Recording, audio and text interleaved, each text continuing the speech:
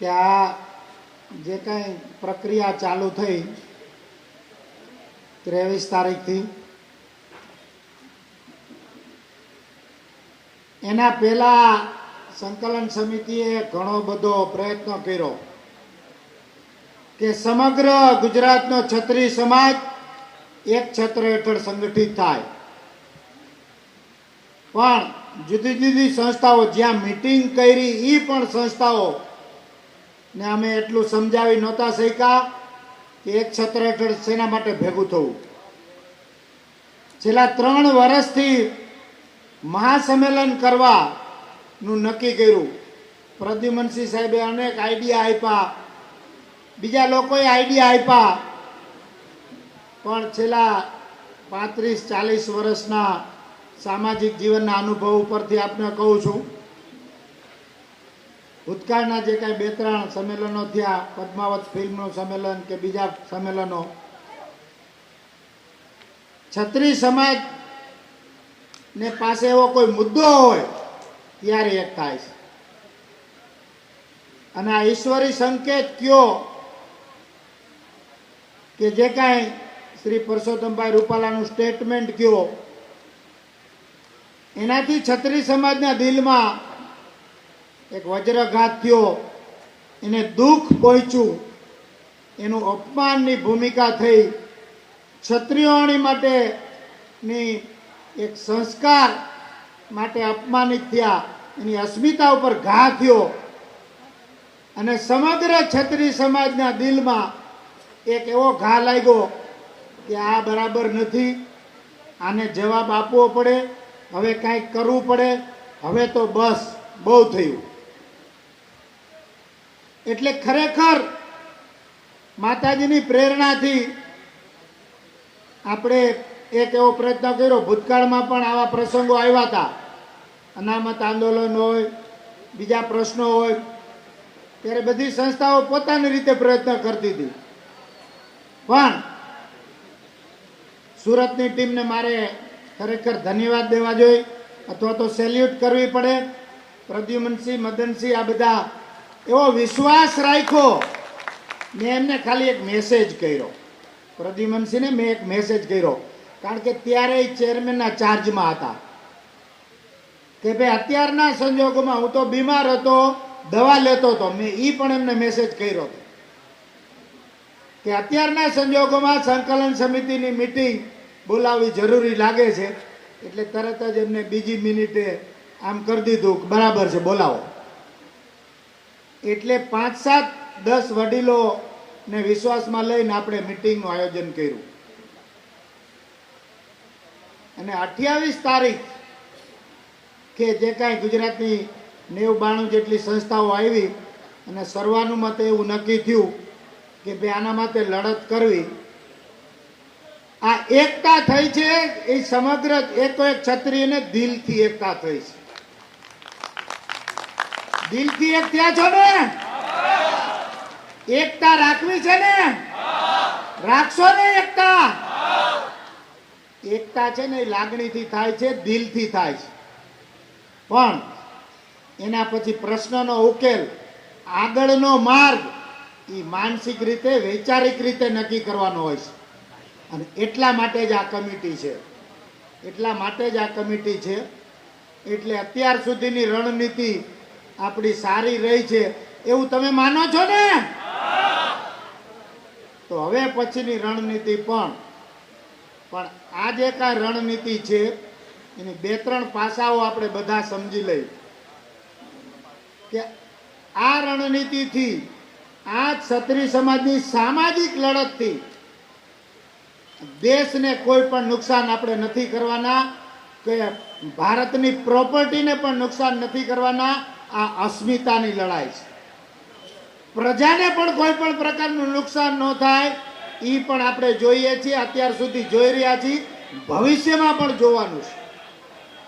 અને એટલા માટે હવે પછી અત્યાર સુધી જે કાંઈ નાના મોટા પ્રશ્નો થયા, હમણે 2 દિવસ પહેલા રાજકોટ અમે હતા 2 દિવસ, તો એવા સમાચાર આવ્યા કે ક્ષત્રિય સમાજની જ્યાં જ્યાં વસ્તી છે રાજકોટ સીટમાં, એમાં 210 બૂથ સંવેદનશીલ જાહેર કરી દીધા.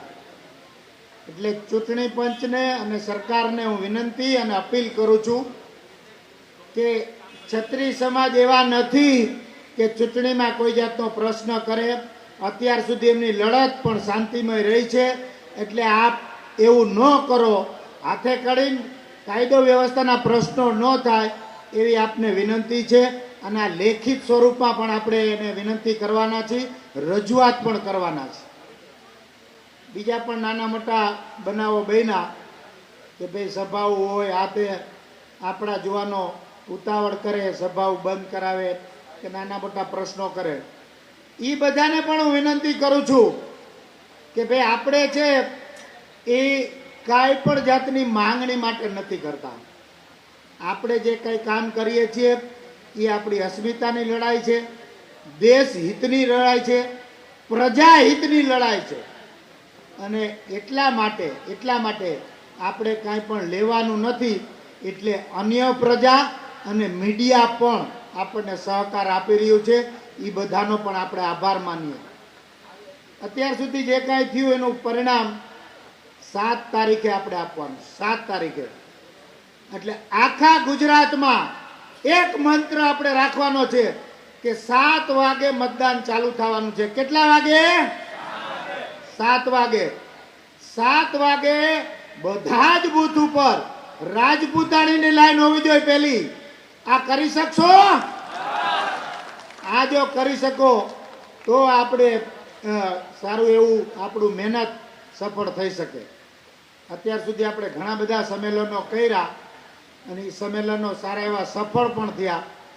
મારે તો ઉંમરના કારણે હું 10 સાડા 10 પછી તમે ફોન કરો તો ફોન એ કદાચ ન ઉપાડું, અથવા તમે ઘણા બધા મેસેજ કરતા હોય કે ફોન કરતા હોય, જવાબ પણ ન દઈ શકતો હોય. કાલ સુધી મારું આવવાનું નક્કી નહોતું, પણ પ્રદ્યુમનભાઈએ પછી એવી લાગણી બતાવી કે આ બરાબર નથી, તમારે તો કોઈ પણ સંજોગમાં આવવું જ પડે. પરમ દિવસે હું વિસનગર હતો એટલે થોડોક થાક લાગે, બીજું કોઈ કારણ તો હોય નહીં. પણ પછી આપની બધાની લાગણીનો ધ્યાનમાં રાખી અને આજે ઉપસ્થિત થયો છું. એટલે કહેવાની વાત આમને કીધું ને, કરણસિંહે ઘણું બધું કહી દીધું, દશરથબા, તૃપ્તિબા બધાએ મોટાભાગની વાત કહી દીધી. પણ 4-5 વાતો આપણે યાદ રાખવાની છે કે ભાઈ ક્ષત્રિય સમાજના યુવાનોની બિનજરૂરી અટકાયતો થઈ રહી છે, બિનજરૂરી એમને પ્રવૃત્તિથી રોકવામાં આવે છે. એ વસ્તુ બરાબર નથી. સરકારને પણ આપણે વિનંતી કરીએ છીએ કે બિનજરૂરી તમે મર્યાદા ઓળંગો નહીં. અત્યાર સુધી સરકાર અને પક્ષ આપણે બિનજરૂરી રીતે નડ્યા નથી. તો હવે પછી આ તો એક પરિવાર હોય તો ગમે ત્યારે આ 7 તારીખ સુધી અમે કોઈ આપની વાત માનવાના નથી. 7 તારીખ સુધી કોઈ વાત સ્વીકારવાના નથી. કારણ કે તમે અમારી અસ્મિતા ઉપર ઘા કર્યો છે, એને કલંક લગાડવાનું કામ કર્યું છે, અને એનો બદલો તો અમે ચોક્કસ લેશું. લેવો છે ને બદલો? તો એટલા માટે બહુ મહત્વનો સમય ક્ષત્રિય સમાજ અને ભારત દેશના ઇતિહાસ માટે, સમગ્ર પ્રજાના ઇતિહાસ માટે આ એવી એકતા છે. એનો એક ભૂકંપ થાય ને તો નવસર્જન એમાંથી થઈ શકે. ઘણું બધું નવસર્જન આમાંથી થઈ શકે એમ છે. પ્રજાનો પુનઃ વિશ્વાસ આપણે સંપાદિત કરી શકીએ એમ છે. કારણ કે આપણે આપણા સ્વાર્થની લડાઈ નથી લડતા. આપણે કોઈ તંત્રના દુશ્મન નથી, આપણે કોઈ સરકારના દુશ્મન નથી, આપણે કોઈ પક્ષના દુશ્મન નથી, કોઈ વ્યક્તિના દુશ્મન નથી. પણ તમે ગમે તે કયો, ખોટી વસ્તુને તમે સાચી સાબિત કરવા માંગો તો એ દરબાર સહન ન કરે. સહન કરવું છે તો હવે બહુ થયું એવો આપણે મંત્ર આપીશું કે હવે બહુ થયું. એટલે આ બધી વાતોને ધ્યાનમાં રાખી અને શાંતિપૂર્વક રીતે ચૂંટણી છે, એ ભારતની ચૂંટણી છે. રાજકીય પક્ષો એની રીતે રણનીતિ બનાવે, એ એમને અધિકાર છે. પણ એમાં પણ લોકશાહીના બધા માપદંડો જળવાય, મર્યાદાઓ પણ જળવાય. ક્ષત્રિય સમાજ પણ આ બધી વસ્તુઓ ધ્યાનમાં રાખીને જ લડત કરે છે. એટલે આપણે બધા 7 તારીખ પછી એક જ માનવ સમૂહના પ્રજા છીએ. લોકશાહીમાં ક્ષત્રિયો પણ એક પ્રજાનું મહત્વનું ફેક્ટર છે, એ પણ આપણે યાદ રાખવું પડે. અન્ય પ્રજાથી ક્ષત્રિયોને અલગ કરવાની વાત એ બરાબર નથી, કારણ કે ભારત દેશની એકતા અને અખંડિતતા રક્ષણ છાત્ર ધર્મ એ આપ બધા શું ક્ષત્રિયોને શીખવાડશો? આ વાત બરાબર નથી, આ વાત ન્યાયની નથી. અને એટલા માટે આ સંકલન સમિતિના બધા સભ્યો એ એક આ બીડું ઝડપવું છે. બધા સભ્યોનો એક વિશ્વાસ છે અને આપ બધા ગુજરાતના સમગ્ર ક્ષત્રિય સમાજ, સમગ્ર ક્ષત્રિય નારી જગત, યુવાનો પણ આમાં સંકલન સમિતિ ઉપર વિશ્વાસ રાખે છે. એટલે એના માટે પણ આપ સર્વેને નમસ્કાર કરું છું. હવે બહુ વધારે વાત નહીં કરું, પણ ઘણું બધું એવું વસ્તુઓ છે કે 7 તારીખ સુધી સંમેલનો ગમે એટલા થાય, પણ આપણે એવી શાંતિ રાખવાની છે કે આપણે મત પેટીમાં મત એ જ શસ્ત્ર, એનો બરાબર ઉપયોગ કરવાનો છે અને એનો ઉપયોગ આપણે સારી રીતે કરી શકીએ. લોકશાહીની જરૂરિયાત છે, ભારત દેશની જરૂરિયાત છે. આપ સર્વેનો ખૂબ ખૂબ આભાર. ભારત માતા કી જય. ભારત માતા કી જય. ભારત માતા કી જય. સરદાર પટેલની ભૂમિ ને આજે પ્રણામ કરીને અમે આજે આ ચાલુ કર્યું. સરદાર પટેલે 1922માં સત્યાગ્રહ ચાલુ કર્યો હતો અને આ 102 વર્ષ થયા. અમે બજારમાં નીકળતા હતા ને, હોસ્પિટલ ઉપર લખ્યું હતું, મને બહુ આશ્ચર્ય થયું. હોસ્પિટલ ઉપર લખ્યું હતું કે સત્યાગ્રહ હોસ્પિટલ, સત્યાગ્રહ. આટલા વર્ષ પછી પણ આ સત્યાગ્રહને યાદ રાખે છે. ભારતના ક્ષત્રિયો આ ક્ષત્રિય આંદોલનને પણ વર્ષો સુધી, સૈકાઓ સુધી યાદ રાખે એવું આપણે કરવાનું છે. અને ત્યારે જ કરી શકીએ જો અત્યારે કદાચ અહીંયાથી પરસોત્તમભાઈ અહીં આવે ને, એને પણ તમે જો કાંઈ ન, એને પણ સુરક્ષાની ખાતરી આપી શકો ને, તો આપણે મુખ્યમંત્રીની ગાદી સુધી પહોંચી શકીએ. આવો આપણો વિચાર છે અને આવું નવસર્જન આપણે કરવાનું છે કે જે સદીઓ સુધી ક્ષત્રિયોના હિત માટે કામ કરે, ક્ષત્રિયોના વિકાસ માટે કામ કરે, ક્ષત્રિયોને પ્રજાનું રક્ષણ માટે કામ કરે, દેશ માટે કામ કરે, ગાયોના રક્ષણ માટે કામ કરે, પ્રજાના રક્ષણ માટે કામ કરે. આ બધાનો ખૂબ ખૂબ આભાર. જય માતાજી, જય હિન્દ.